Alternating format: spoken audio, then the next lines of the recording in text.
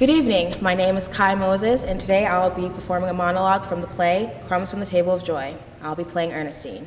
Thank you.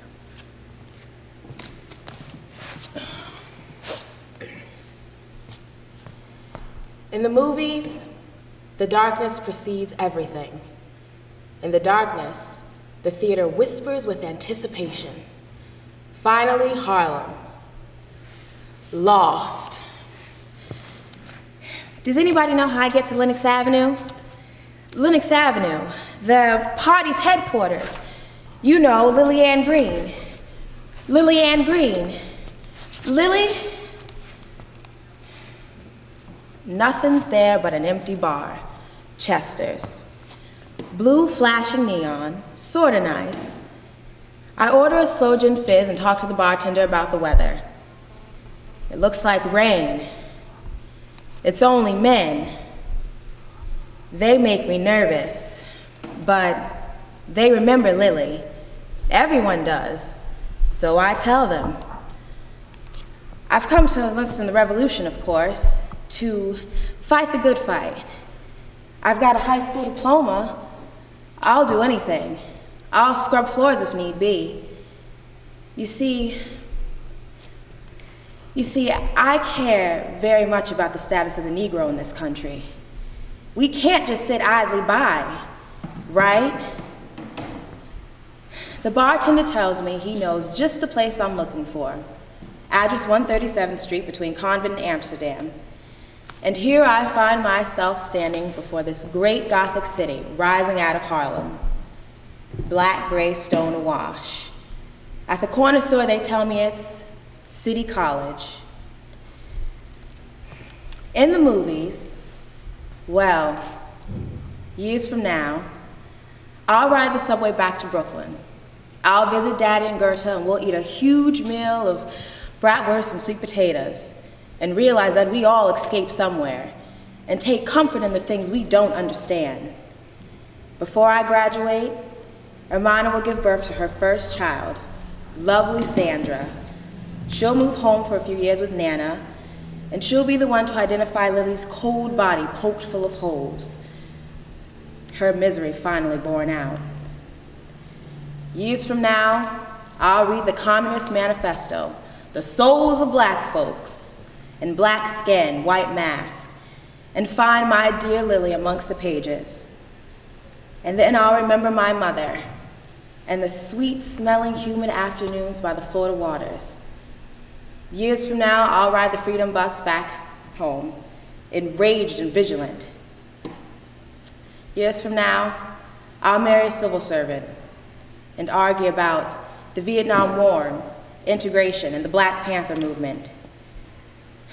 I'll send one son off to college in New England, and I'll lose another one to drugs and sing loudly in the church choir. But today, I'm just going as far as these feet will take me.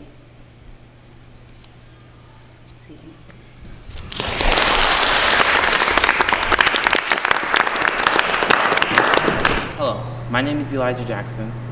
I'll be playing Troy from the play Fences by August Wilson. Had good sense. I'll say that for him. He ain't throwing his money away. I see niggas hit the numbers and go through $2,000 in only 4 days. Man bombed that restaurant down there. Fixed it up real nice.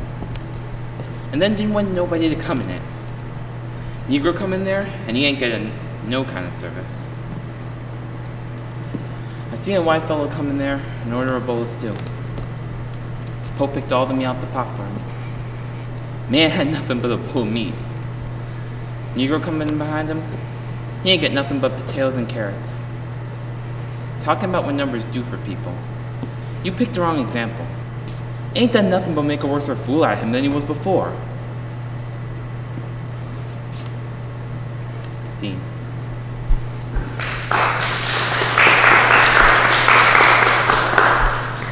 Nice work, Elijah. Have a seat. Okay, usually we begin this part of class with asking you about something that worked for you We're all somewhat familiar with the play. What's something from Elijah's work in progress here, his monologue, that you liked, a moment that worked? Rhea. His concentration on his specific points that he was making in the monologue, and his focus as to what he was talking about. There was a difference between each chunk, if you could say, between within his monologue itself, and each had a different feel and a different focus, and it was obvious and really nice. What, Elijah? What would you say is the concentration of Troy in this monologue? What point is he trying to make in your own words? Well, the point he's trying to make is that how nothing good will still, even if you win or lose in, like when you hit numbers, whether or not you do make it, it's who gets it. Certain people don't always do the right thing with the money. Mm-hmm. How money's not really in good hands when it comes to certain people. Mm-hmm. What does he want? What does Troy want in this scene? He just wants to, he wanted to what he wants really is to make this point to prove that he's right. Almost all through the play. He really has a strong need to be right all the time, which some people are like that. You know, that sounds sort of like a given, but it's not. Some people aren't compelled to be right every moment of their lives, although I would say that's an accurate statement about Troy a lot of the time. That this guy hit the numbers, but he didn't do anything really worthwhile with it. He opened a restaurant, but he cheats people with it. Someone else. What do you want the audience to get about Troy in terms of his character, personality? What do you know about him? Or what questions do you have about him, Elijah?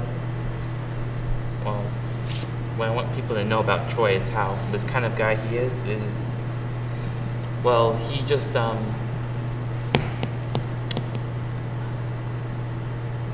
he is sort of the person, like, he wants to, when he believes in something, like, when he sees things in a certain way, he wants to show it to tell others.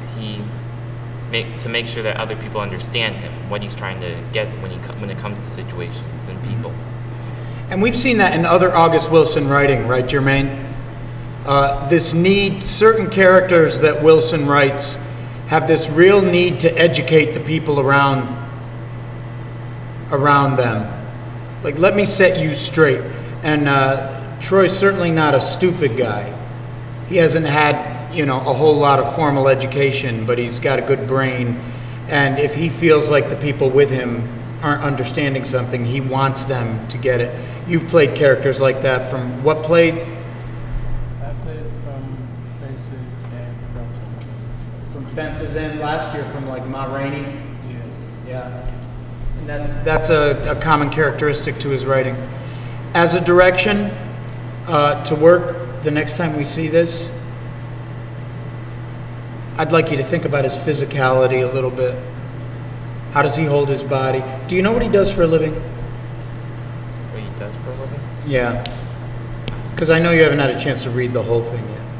Well, I know he's working on this fence that he's trying to make Right. at his house. He's a garbage collector.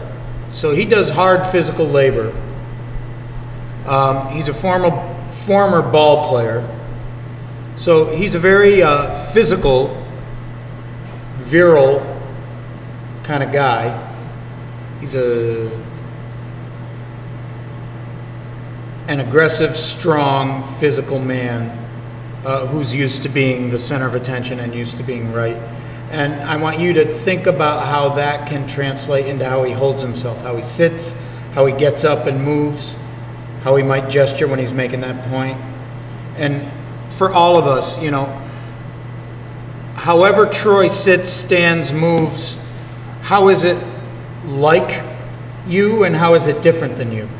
How is it like someone else you know? So that's a direction for you to work in for next time we see it, yes? Yes. Very nice. Good job.